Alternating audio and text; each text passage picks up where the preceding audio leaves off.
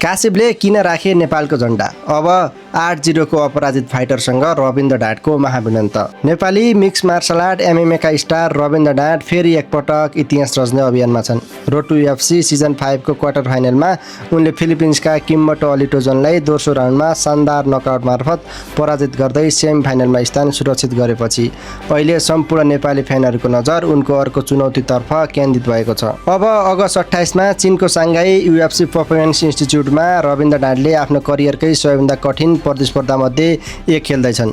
उनले सेमी फाइनलमा न्युजिल्यान्डका 8-0 को अपराजित रेकर्ड भएका खतरनाक फाइटर कासिम मोर्डोकसँग।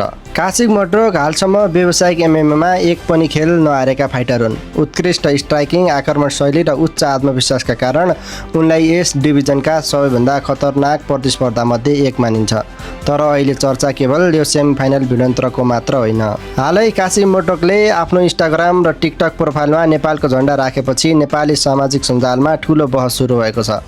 हजारौँ नेपाली फ्यानले यसको विभिन्न अर्थ लगाउन थाले। कसैले नेपालप्रतिको सम्मान ठानेका छन् भने कसैले उनको नेपालप्रति कुनै विशेष सम्बन्ध रहेको अनुमान लगाए। तर वास्तवमा यसको कारण के हो? किन लगाए कासिम मोर्डोकले इन्स्टा र टिकटक प्रोफाइलमा नेपालको झण्डा? विश्वसनीय खेल स्रोत र फाइटरसँग सम्बन्धित गतिविधि हेर्दा यसको कारण नेपालसँग कुनै व्यक्तिगत सम्बन्ध होइन।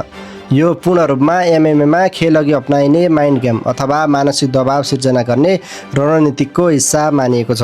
रविन्द्र ढाडसँग सेमी फाइनल निश्चित भएपछि कासिबले जानी नेपालको झण्डा प्रयोग गर्दै नेपाली फ्यानहरूको ध्यान आफ्नोतर्फ तान्ने प्रयास गरेका हुन्। यस्तो रणनीतिले सामाजिक सञ्जालमा चर्चा बढाउँछ, भिडन्तलाई थप प्रचार मिल्छ र विपक्षमाथि अपेक्षित मानसिक दबाव सिर्जना गर्ने प्रयास हुन्छ। एमएमएमा यस्तो रणनीतिक भने कुनै नयाँ होइन। विश्वका ठुला फाइटरहरूले पनि फाइट अघि ट्रायल टक गर्ने अथवा विपक्षलाई जिस्काउने, सामाजिक सञ्जाल मार्फत चुनौती दिने, विपक्षी देशका फ्यानहरूको ध्यान तान्ने र खेलअघि माहौल तताउने काम गर्दै आएका छन्। कासिम मोर्डोकले पनि सम्भवतः यही रणनीतिक अपनाएका छन्। यता रविन्द्र ढाड र उनको टोलीले भने यस्ता माइन्ड गेमबाट आफू विचलित नहुने सन्देश दिइसकेका छन्। उनीहरूको स्पष्ट ध्यान अहिले केवल अगस्त 28 को निर्णायक भिडन्तमा केन्द्रित छ। अब प्रश्न एउटै छ, के बजाङका बाघ रविन्द्र ढाडले 8-0 अपराजित रेकर्ड बोकेका कासिम मोर्डोकलाई हराउँदै रोड टु UFC को सेमी फाइनलमा ऐतिहासिक स्थान बनाउनेछन्, वा कासिम मोर्डोकले आफ्नो अपराजित हेर्ता कायम राख्दै अर्को सफलता हात पार्नेछन्?